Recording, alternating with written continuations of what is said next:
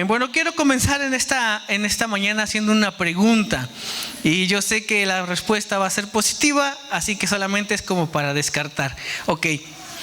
Todos ustedes han oído hablar acerca de los 5 ministerios, ¿verdad? A ver, levante su mano. ¿Quién ya ha escuchado ya alguna predicación, alguna enseñanza, lo han leído en la Biblia acerca de los 5 ministerios? A ver, levante su mano, quiero verlo. Ok, pues miren, la Biblia a través de las Escrituras en Efesios 4:11, se los dejo para que lo apunten. Efesios 4:11 nos habla que Cristo, Dios, instituyó a 5 ministerios específicos para edificar a su iglesia. Y dice así, Efesios 4:11, voy a leerlo para que lo refresque. Yo sé que usted ya lo sabe, pero para que lo refresque. Él mismo instituyó a unos apóstoles, a otros profetas, a otros evangelistas, a otros pastores y maestros, a fin de capacitar al pueblo de Dios para la obra de su servicio, para edificar el cuerpo de Cristo. La Biblia nos enseña que hay 5 ministerios, 5 cargos, 5 funciones más bien dentro de la iglesia del cuerpo de Cristo, que están diseñadas especialmente para edificar, para enseñar, para aconsejar y para hacer crecer a la iglesia. Y esto, hermanos, es algo importante que nosotros tenemos que conocer, porque precisamente son ellos los que nos ayudan a nosotros como congregación en general, como parte del cuerpo de Cristo, a crecer en el Espíritu, a crecer en el Señor y a tener un entendimiento claro y verdadero de las Escrituras, para no andar ahí como que divagando que esto dice esto y que a mí se me ocurrió que dice otra cosa. No, siempre hay un ministerio en específico que te va a dar el fundamento correcto. ¿Ok? ¿Tenemos eso claro? Ok, bueno, eso solamente era como para refrescarles la memoria. ¿Por qué? Porque no voy a hablar de los 5 ministerios. La palabra que el Señor me ponía en esta mañana no es precisamente acerca de los 5 ministerios, sino de qué pasa con el resto de la congregación. Porque si bien es importante saber que existen 5 ministerios que están aquí para edificar, para construir, para dar palabra, ok, sí, está bien, los necesitamos, son algo que necesitamos tener todos, son palabras que necesitamos escuchar. Pero la palabra que el Señor me ponía en esta mañana para compartir en esta iglesia es: ¿y qué pasa con el resto de la congregación? ¿Qué pasa con todos aquellos hombres, mujeres, jóvenes, niños que no específicamente fuimos llamados a tener alguno de estos 5 ministerios? O sea, ¿qué pasa contigo si tú nadie ha orado por ti, nadie te ha impuesto manos y nadie te ha dicho: tú vas a ser el pastor de la iglesia de Costco, o tú vas a ser un evangelista en la localidad donde vives, o tú tienes el ministerio profético, así que levántate y profetiza? ¿Qué pasa cuando a la mayoría o al gran número de la congregación no se les profetiza eso? Porque ciertamente todos tenemos parte en el cuerpo y todos tenemos una función en el cuerpo, pero no todos somos apóstoles, no todos somos profetas, no todos somos evangelistas, no todos somos maestros y no todos somos pastores. Y hermanos, es ahí donde comienza un conflicto, yo le quiero llamar así, un conflicto existencial entre los congregantes o los miembros de una congregación local, de cualquier congregación local. ¿Por qué? Porque, hermanos, todos venimos los domingos, los jueves, los días entre semana que se reúnan, venimos a escuchar la palabra. Esa palabra entra a nuestra mente, a nuestro corazón, nos da un conocimiento, nos da un entendimiento de algo que está en las Escrituras. Mucho de eso es para nuestra edificación, para cambiar cosas dentro de nosotros, para mejorar nuestra condición de vida, para que nuestra vida sea más cercana a Dios y para que nosotros tengamos una relación más profunda con el Señor. Sí, pero el objetivo siempre va a ser más que tú, o más que uno mismo, más que llenarme, más que crecer yo, hay algo más. Porque sí es cierto, el primer paso, el inicio de todo es que yo cambie, que yo aprenda, que yo crezca. Pero no puedo solamente cambiar, crecer y ya, quedarme ahí. Porque entonces ese cambio, ese crecimiento se volvería en vano. Solo sería beneficio para la persona que lo obtiene, en este caso para nosotros. Imagínense, voy a poner el ejemplo de nuestros hijos. Que tú le inviertas a tu hijo en la mejor educación para que él aprenda los mejores conocimientos, a las mejores escuelas, a la mejor universidad. Y le inviertas a tu hijo en la mejor alimentación. Que tú desde muy pequeño lo alimentes con los alimentos más sanos, más saludables, que lo hagan crecer grande y fuerte.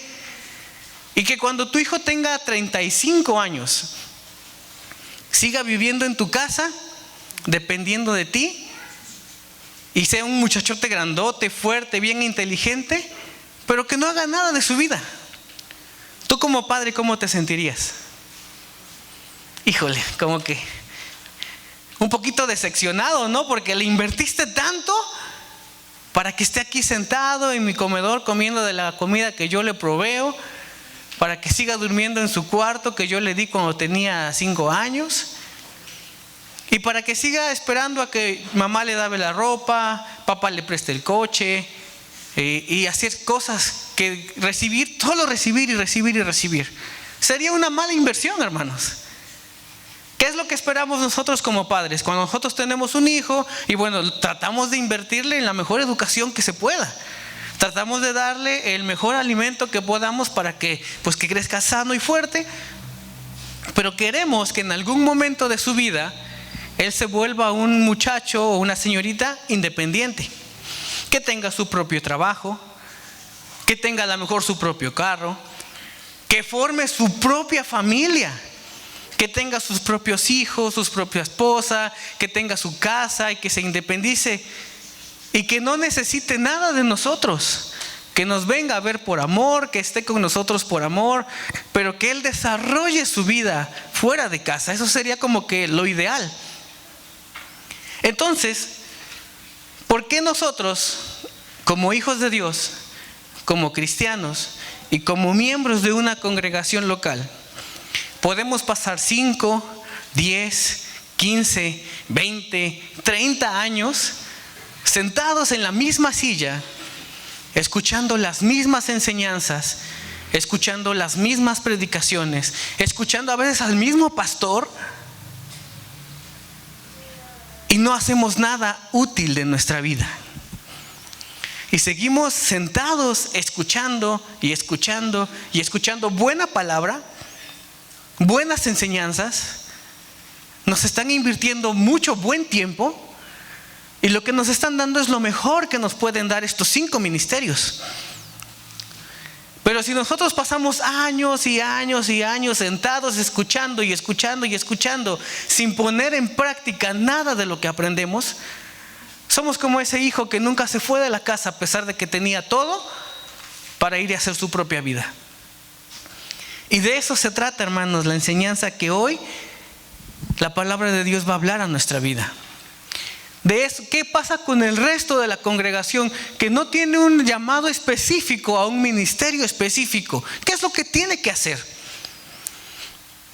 Hay un mito entre los cristianos, yo lo puse así en mis apuntes, entre los cristianos, así entre comillas, que piensan que solamente los 5 ministerios tienen la responsabilidad de ir a predicar, de enseñar, de aconsejar, de ministrar, y es de ellos la responsabilidad de que el reino se establezca en Cosco, en Huatusco, en Fortín, en Xalaclaco y en todos los lugares. Y nosotros somos miembros. Nosotros cumplimos con venir los domingos. Nosotros cumplimos con hacer lo que, estar ahí, hacer bulto, hacer presencia. Y sabes, analizando las escrituras, analizando la palabra, nunca se planeó que hubiera miembros de alguna congregación local, ni siquiera cristianos, que solo fueran bulto, o que solo su trabajo fuera llenar el salón, o que su trabajo fuera estar ahí todos los domingos fieles. Ese plan no existe, hermanos. Ese formato es del diablo. Eso no es algo que esté en la Biblia. ¿Y qué es lo que sí está en la Biblia? ¿Qué es lo que sí nos enseña la palabra de Dios? Vamos a analizar hoy, hermanos, escritos de dos personas importantísimas que marcaron el rumbo de la vida cristiana y de los cristianos que tienen que seguir. Dos personas que dejaron escritos estas palabras justo instantes antes de partir. Y una, bueno, la principal, el maestro de maestros, es Cristo Jesús. Poco tiempo antes de que Él partiera con el Padre, Él deja instituida una ordenanza que nosotros tenemos que obedecer. La famosísima Gran Comisión. Y vamos a recordarlo. Vamos todos a Mateo 28.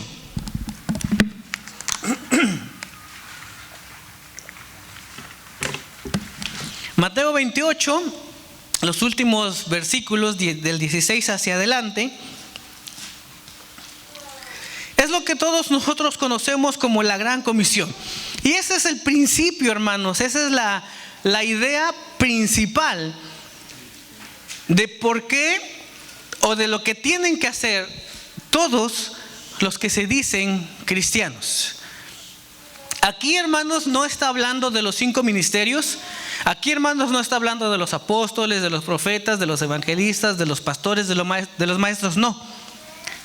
Aquí está hablando de la congregación en general, de todo aquel que quiera ser llamado cristiano.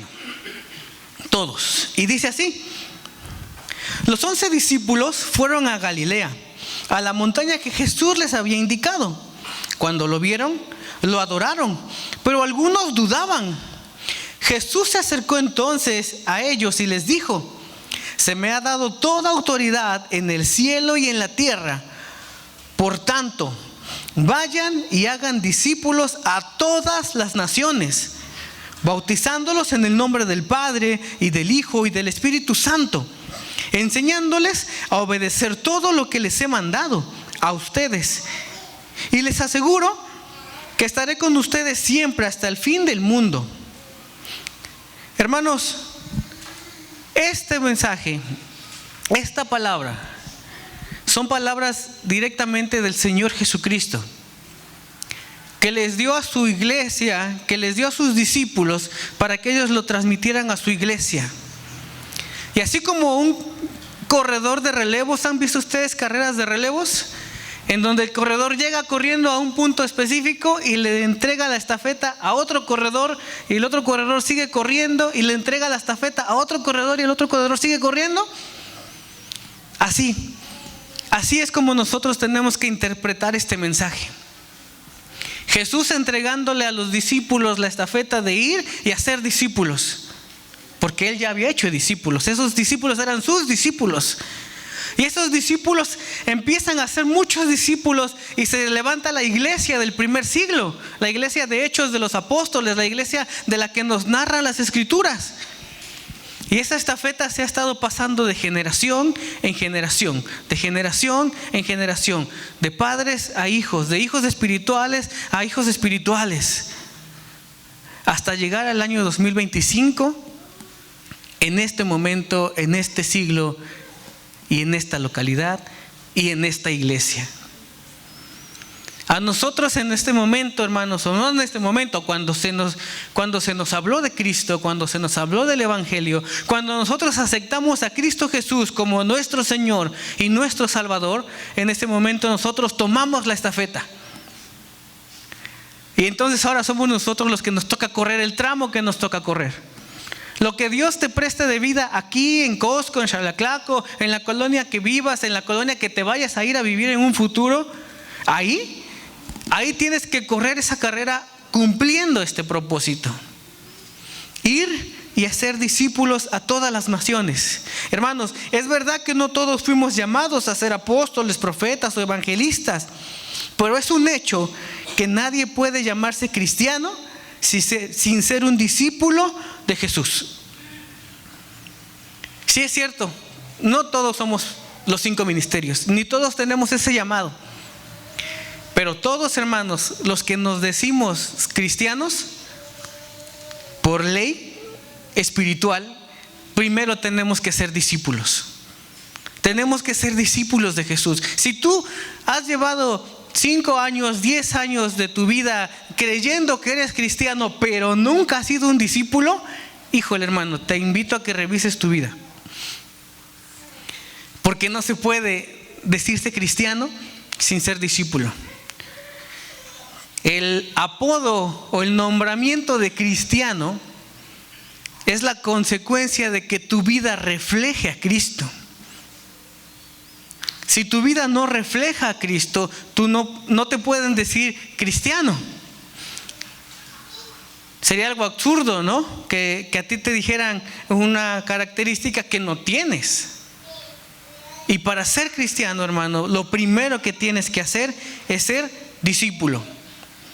Si tú no eres discípulo, si tú no has entregado tu vida a Cristo a manera de que Él te discipule, si tú voluntariamente no te has vuelto un discípulo del Señor, entonces tienes que empezar por ahí.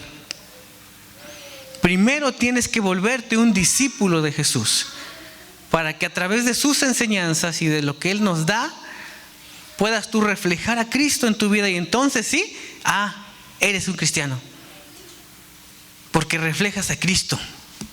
Lo que tú haces, lo que tú vives, lo que tú dices, lo que tú hablas, refleja a Cristo. Entonces sí eres cristiano. Y entonces, en el entendido de que todos los que estamos aquí, hermanos, tenemos ese llamado a ser discípulos, también tenemos un llamado importante.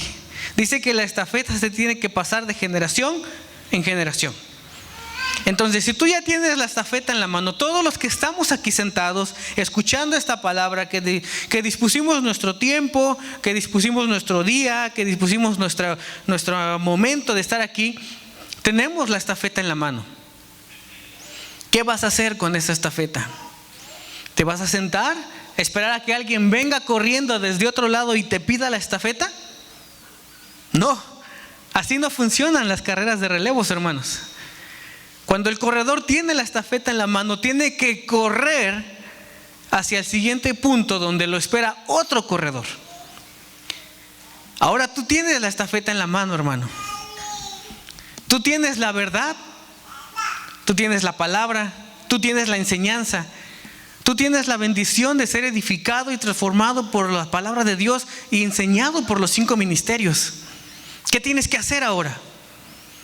Tienes que correr hacia la siguiente generación y entregarle la estafeta. Pero esta no es una carrera física, esta es una carrera espiritual, una carrera que se corre con vida, con ejemplo, con enseñanzas. Tú tienes, hermano, la responsabilidad de ir y hacer discípulos a todas las naciones. Y una vez hablando de acerca de evangelizar, yo decía, hermanos, es más fácil ir a predicar a China, donde nadie te conoce, que predicar en tu colonia, donde todo el mundo sabe de ti. Por eso la mayoría de las personas que quieren evangelizar dicen, yo me voy a evangelizar a otro lado, porque sé que ahí me voy a encontrar gente que no me conoce. Entonces, hermanos, nosotros no tenemos que buscar irnos a China, no tenemos que buscar irnos a Tailandia, no tenemos que buscar irnos a otro país, ni siquiera a otro municipio, ni siquiera a otra localidad, ni siquiera a otra calle. Nosotros tenemos que evangelizar con todas las personas que tenemos a nuestro alrededor. Porque el verdadero evangelismo, el que funciona, el que sirve para hacer discípulos, es ese evangelismo de vida, de ejemplo y de enseñanza. Cuando tú vas y le predicas a alguien y le das un folleto, ¿esto es bueno? Sí, claro que es muy útil. ¿Es de Dios? Claro que es de Dios. Pero solamente es la mitad del trabajo. Para que tú hagas discípulos, tú tienes que invertirle tiempo a la persona. Tienes que ir, entregarle un folleto, predicarle, presentarle el evangelio, que él acepte el evangelio y después seguir visitándolo. Seguir visitándolo y enseñarle todo lo que tú has aprendido. Entonces dice, los discípulos tienen la responsabilidad de hacer otros discípulos, pero también tienen la gran responsabilidad de enseñarles a obedecer todo lo que Él nos ha mandado. ¿Lo que nos ha mandado quién? Lo que nos ha mandado Cristo Jesús. Y ahora, aquí viene la pregunta: ¿qué le voy a enseñar yo a mis discípulos? Porque si el primer mandato es ir a ser discípulos, ok, tienes discípulos, vas, hablas, tus vecinos te conocen, tus hijos te conocen, tus familiares te conocen, y todos ellos ven quién eres, ven cómo eres y ven tu ejemplo. Tú les predicas un día, ellos por la gracia del Señor son tocados en su corazón y aceptan el mensaje de salvación, entregan su vida a Cristo, se arrepienten y empiezan a caminar en el Señor. Ok, paso 2. Tú, como cristiano, como miembro de la congregación y como discípulo del Señor, ahora tienes la responsabilidad de enseñarle todo lo que Jesús te ha enseñado a ti. Y la pregunta del millón: ¿qué te ha enseñado a ti Jesús? ¿Has aprendido algo del Señor? ¿Qué le vas a enseñar a las generaciones que están escuchándote, viéndote, mirándote? A esos nuevos cristianos que llegan a la congregación, a esos nuevos miembros que llegan a unirse al cuerpo de Cristo local, a tus hijos, a tus familiares que no son cristianos pero están ahí tan cerca de ti, que te están viendo cómo vives. ¿De dónde viene tu conocimiento? ¿De dónde viene lo que tú vives, de lo que tú aprendes para poder enseñar? Y aquí es donde tenemos que poner un paréntesis gigante, hermano, y poner atención. ¿De dónde estamos aprendiendo lo que vamos a enseñar? Porque desafortunadamente, hermanos, nosotros estamos rodeados de una ola de información que más bien yo le llamo la desinformación de este siglo. Todo el mundo cree saber, todo el mundo se siente líder de opinión, todo el mundo opina, todo el mundo dice que sabe. Y si tú no pones atención de dónde estás absorbiendo tu conocimiento, y si tú no pones atención de dónde estás absorbiendo de lo que tú te llenas y de lo que tú te vas a capacitar, esa misma enseñanza va a ser pasada a tus discípulos. Ese mismo conocimiento va a ser trasladado a tus discípulos. Ahora, ¿de dónde tengo que sacar yo, como maestro que ahora soy, porque tengo mis discípulos, de dónde tengo que sacar yo el conocimiento para enseñar? Y bueno, hay muchas opciones. Usted escoja la mejor. Hay quien dice: no hay mejor escuela que la escuela de la vida. Y entonces ellos empiezan a enseñar lo que sus años de experiencia les han enseñado. Ellos empiezan a enseñar lo que sus años en el mundo le han enseñado. A mí nadie me va a engañar porque yo ya fui, porque yo ya vine, porque yo ya hice, porque yo ya sé, porque a mí ya me pasó. Y no se dan cuenta que lo único que está saca son todas sus amarguras, sus frustraciones y los problemas que no pudo resolver. Y eso quiere enseñar. Eso le quiere enseñar a la nueva generación que él está formando. Eso le quiere enseñar a sus hijos, a sus nietos, a los nuevos congregantes. No, hermano, es que antes era así, pero nunca se pudo. Mire que es difícil, pero usted échele ganas. Yo sé que cuesta y es imposible, pero usted échele ganas, inténtelo. Experiencias de la vida queriendo enseñar y formar nuevas generaciones. Y también hay personas que quieren hacer eso precisamente, enseñar sus experiencias vividas, lo que ellos ya pasaron. El problema es que si a ellos les fue mal, ¿qué dicen? No, ni te metas por ahí, te va a ir mal. Hace unos días en el trabajo donde yo estoy, la verdad es que nos obligan a tomar unos cursos de ideología de género y todas estas cosas que ahorita están atacando mucho a la sociedad. Nosotros como empleados estamos obligados a estar capacitados en materia de género, así es como ellos lo manejan, ¿no? Pero normalmente los cursos esos los dan gente que pues son así como que con ideología wow, así feministas o hombres con una masculinidad dudosa, y cosas así, de esas de las que ahorita del mundo se andan levantando. Entonces nos estaba dando un curso una muchacha que hablaba acerca de que, bueno, casarse no es como que la mejor opción, ¿no? Si tú quieres ser una mujer que triunfe en la vida, primero triunfa, primero sé exitosa, primero ten mucho dinero, primero busca el trabajo de tus sueños y cuando ya lo tengas, entonces te casas. No, o sea, te va a restar la vida, ya vas a tener 80 cuando cumplas eso, pero ya ahí te casas, ¿no? Y yo le contestaba algo que los demás compañeros empezaron a reír y le decía, mira, yo te voy a decir algo, cada quien habla como le va en la feria. Las personas que tuvieron éxito en el matrimonio y que tuvieron éxito con sus parejas y que llevan una vida bien, si tú les preguntas, ¿qué idea tienes del matrimonio? Ellos te van a dar una muy buena respuesta. Yo les decía, si tú me preguntas a mí y si tú le preguntas a mi esposa, ¿qué idea tienes del matrimonio? Te va a decir, es lo mejor. Lo mejor que nos pudo haber pasado fue habernos casado, porque cuando estuvimos juntos el Señor detonó nuestros dones, nuestros ministerios y nuestras cualidades. Pero si tú le preguntas a alguien que ha fracasado una, otra y otra vez con diferentes parejas, ¿qué es lo que opinas del matrimonio? Te va a decir, ya mira, ahí ni te metas, porque lo más seguro es que vas a terminar divorciado, peleándote, perdiendo dinero, perdiendo tiempo. Entonces no podemos afirmar que tu idea, yo le decía a ella, no podemos afirmar que tu idea del matrimonio es una regla a seguir, porque habemos quienes sí nos funcionó el matrimonio, ¿no? Esas experiencias de la vida, hermanos, esas experiencias de las vidas son con las que a veces nosotros queremos formar a nuestras nuevas generaciones de discípulos. Queremos enseñarles cómo la vida nos trató mal para que a ellos no les trate tan mal. Y eso es un error, hermano.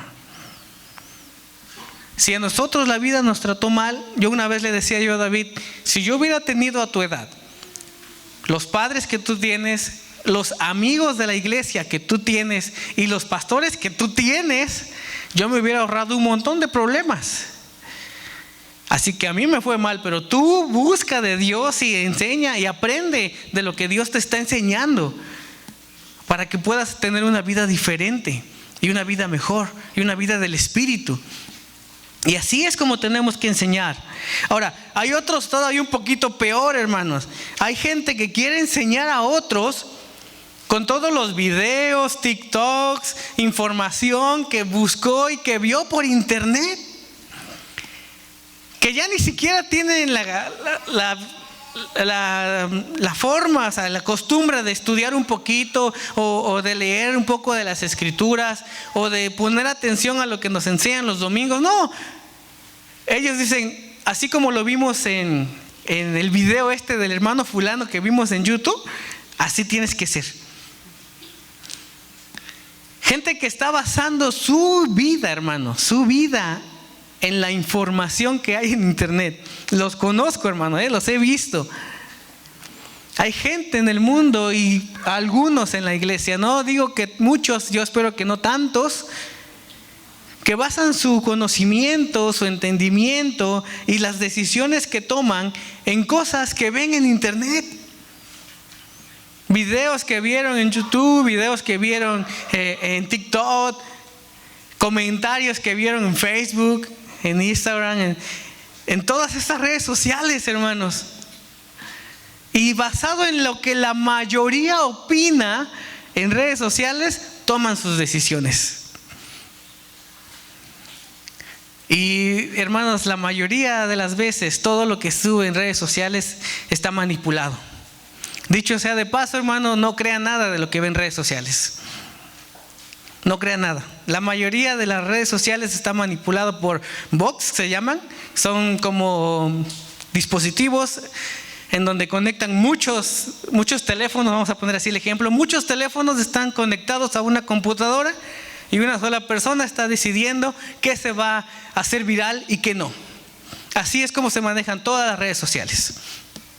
Entonces, si usted ve algo en redes sociales y dice 1500 personas dicen que sí, lo más seguro es que fue uno desde una computadora que tenía 1500 celulares conectados.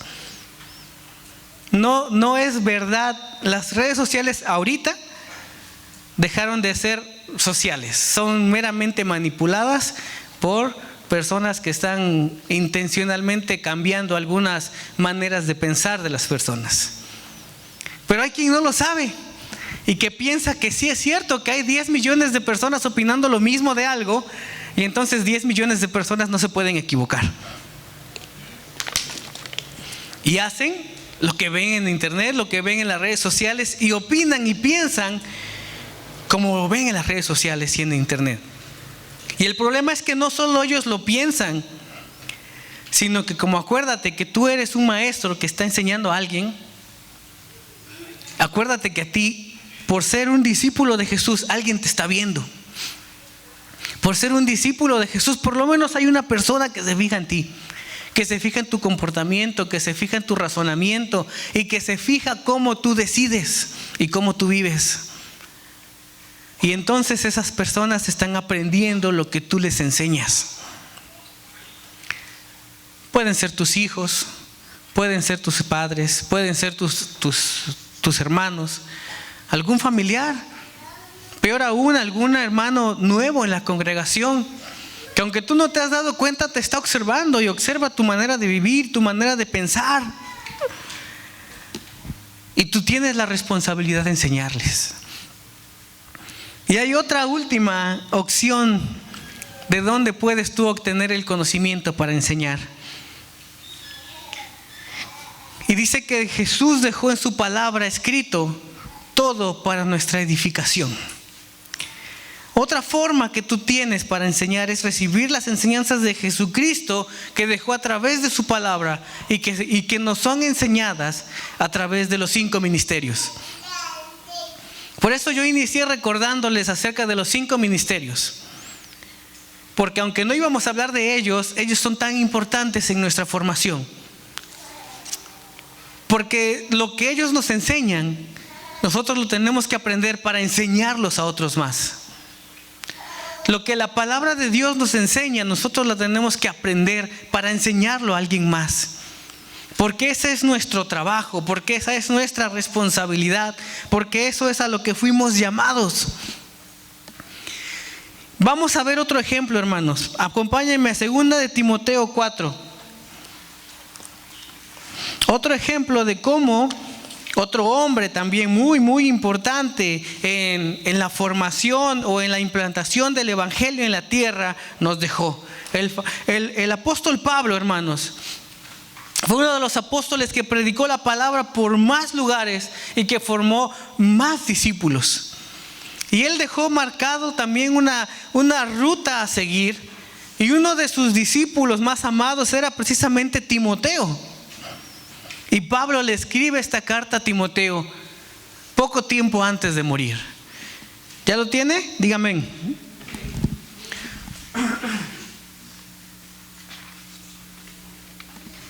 Vamos a ver qué le dijo Pablo a uno de sus discípulos que estaba dejándole la estafeta. Pablo ya se iba a retirar, hermanos. Pablo le estaba dando la estafeta a Timoteo y le estaba dando indicaciones de cómo él tenía que continuar. Y dice así, voy a leer 2 de Timoteo 4.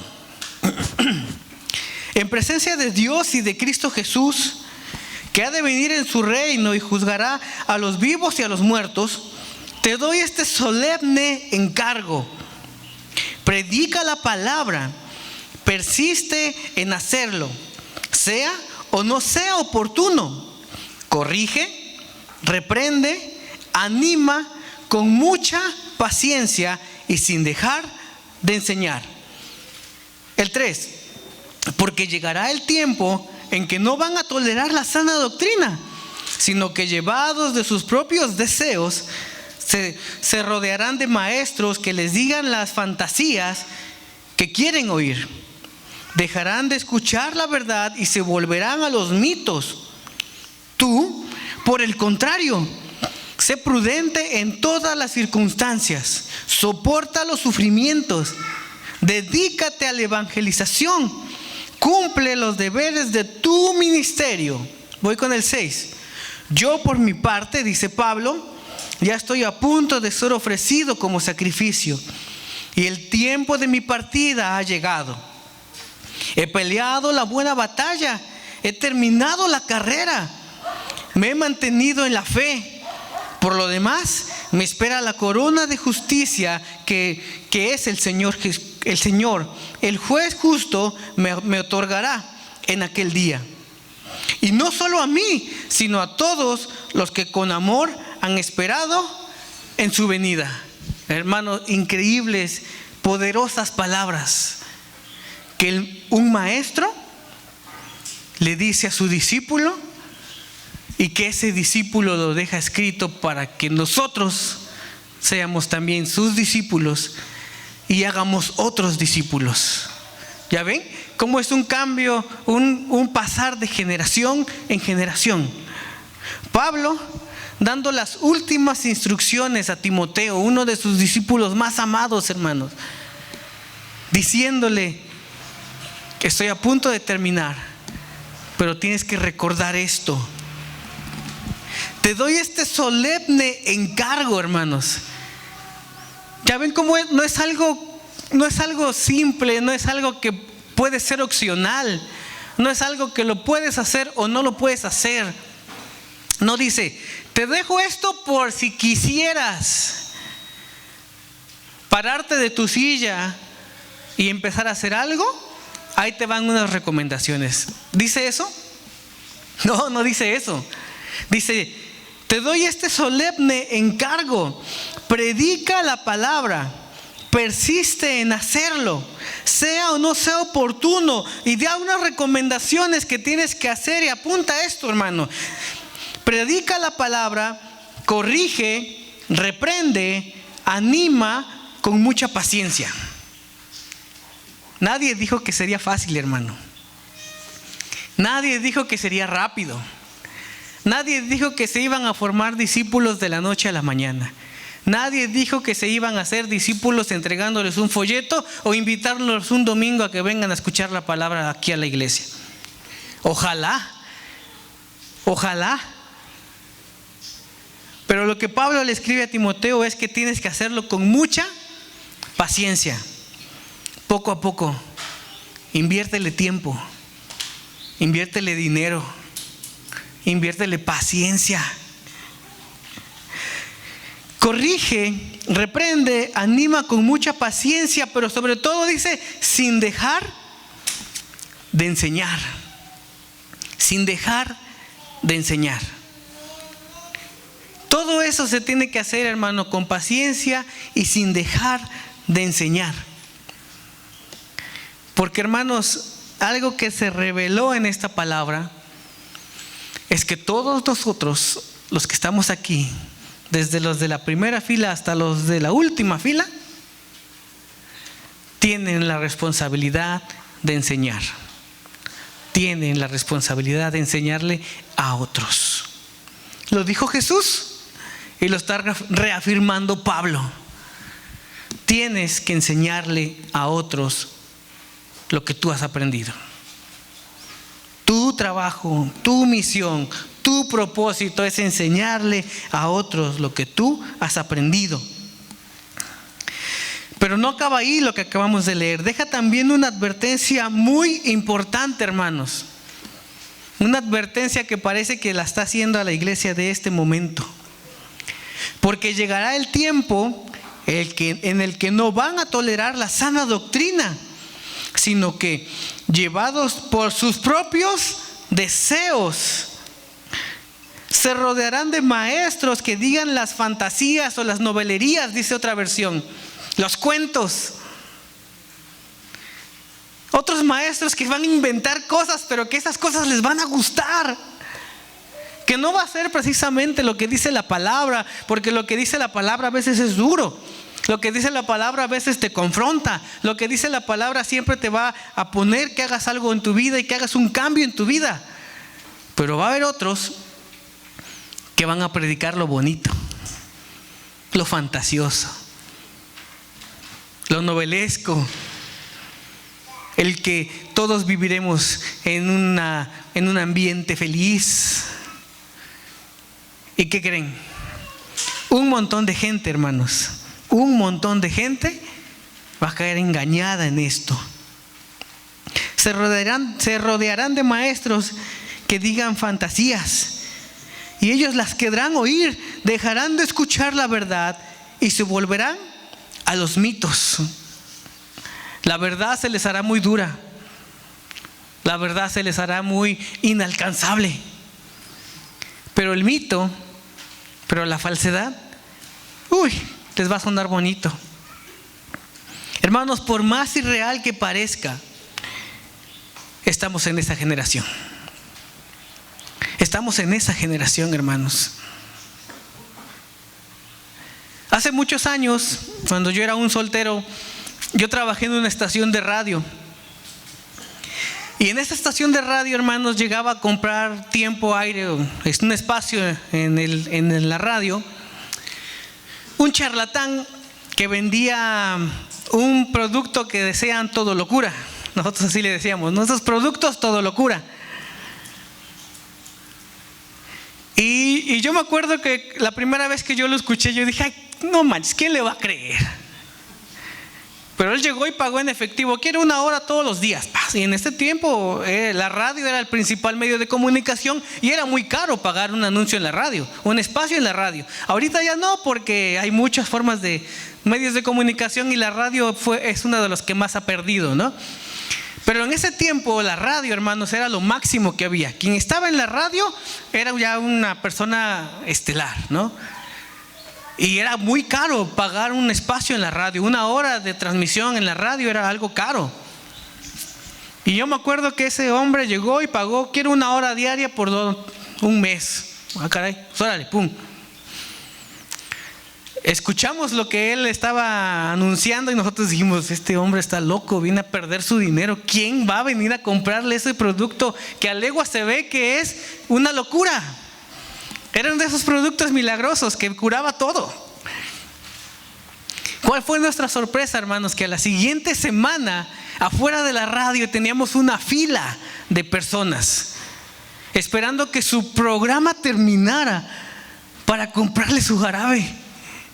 Y nosotros nos quedamos así de, no, creo que nos equivocamos de carrera, ¿no?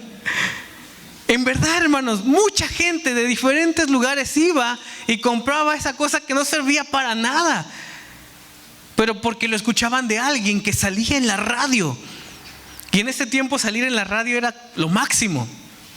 Hermanos, lo mismo está pasando hoy con el internet. Nos están vendiendo ideas que no sirven. Nos están vendiendo cosas que son fantasía. Nos están vendiendo ideas que nunca van a funcionar. Y es más, que ni siquiera el que los está dando le han funcionado.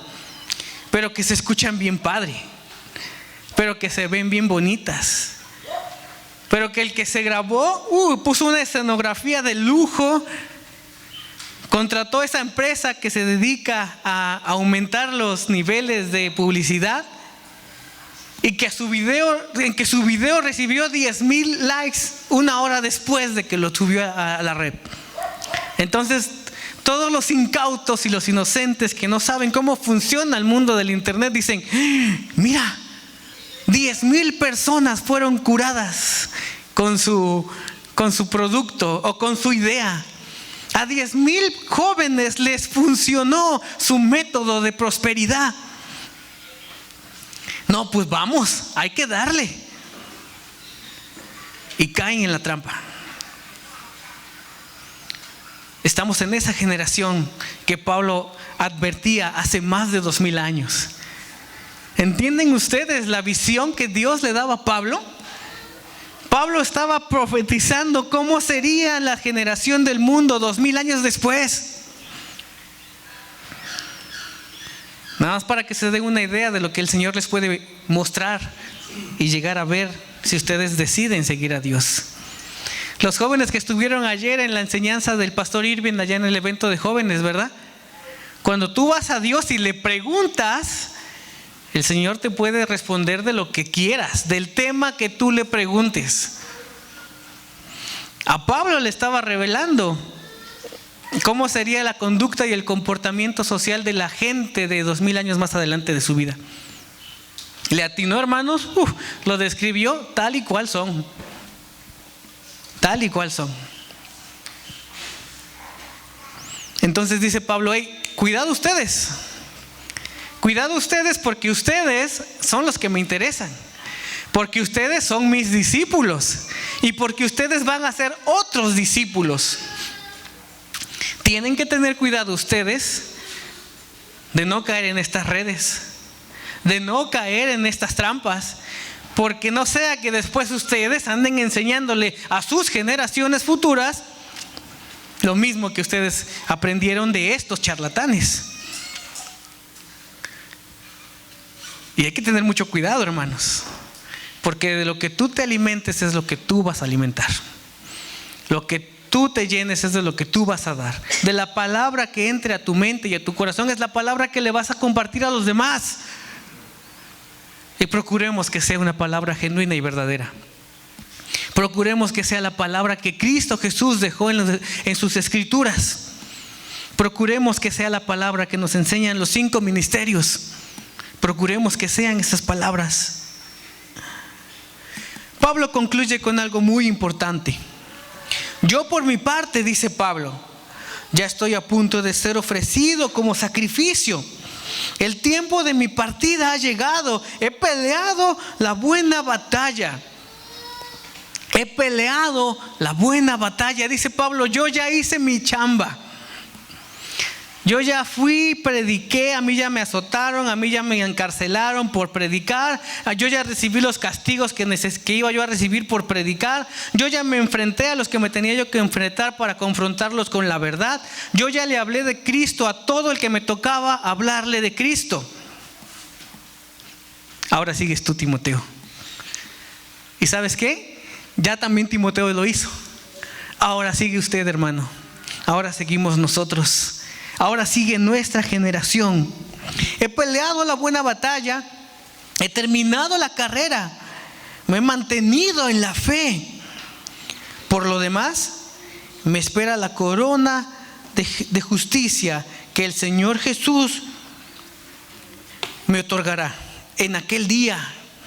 Pero hay una promesa ahí que es para todos, dice, pero no solo a mí, sino también a todos los que con amor hayan esperado su venida. Dice Pablo, mira, Timoteo, yo ya la hice. Yo ya cumplí mi trabajo, ya peleé mi batalla, ya corrí mi carrera, ya hice lo que tenía yo que hacer. Me voy en paz. Me van a matar, me van a sacrificar, pero mira, para mí, como ya te lo había dicho antes, el vivir es Cristo y el morir es ganancia. Yo ya gané. El problema lo tienes tú, Timoteo, porque tú eres el que te quedas a predicar, a correr y a sufrir. Y hoy en día, hermanos, Timoteo, imagínatelo, Timoteo te está diciendo a ti lo mismo.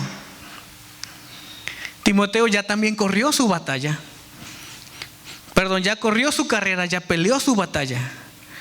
Y él ya hizo lo que tenía que hacer. Y nos deja esta carta. Dice, les comparto, hermanos de Coscomatepet, la carta que un día a mí el apóstol Pablo me dejó para seguirle. Yo también ya me voy, o más bien yo también ya me fui, pero aquí está. Tengan, les paso la estafeta. Les toca a ustedes. Les toca a ustedes correr su carrera, pelear su batalla, sufrir sus angustias e implantar el reino. Les toca a ustedes. Y esa es la palabra, hermanos, que el Señor me ponía para ustedes.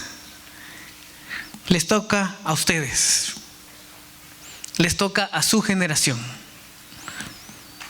Les toca a su iglesia. Póngase de pie, hermano. Tienen que correr la batalla. Pablo termina esta enseñanza con una promesa maravillosa, hermanos. He peleado la buena batalla y ahora voy a recibir la corona incorruptible.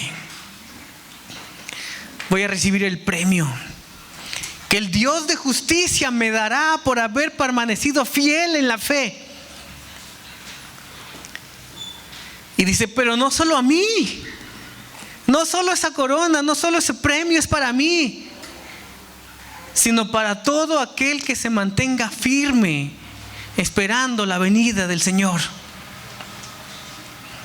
Y la pregunta con la que yo hoy quiero terminar, hermanos: ¿has permanecido firme? ¿Has permanecido en la fe? ¿Estás corriendo tu buena batalla, tu buena carrera? ¿Estás peleando tu batalla? ¿O estás sentado en una banca de un local? ¿Estás contento porque estás estrenando local y ahora ya no vas a tener tanto calor? Ahora vas a estar más fresco, más cómodo. Y con eso es más que suficiente. ¿Cuál es tu respuesta? Yo te invito a que reflexiones en esto, hermano.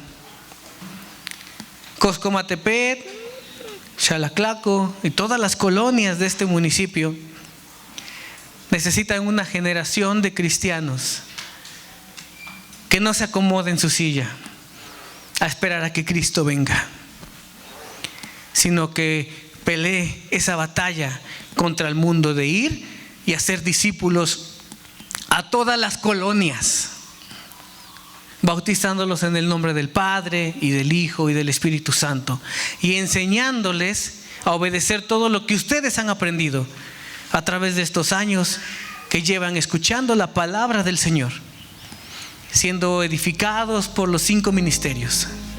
Ustedes ya están capacitados, ustedes ya están preparados. Ahora vayan y hagan discípulos a todos lados donde el Señor los ponga.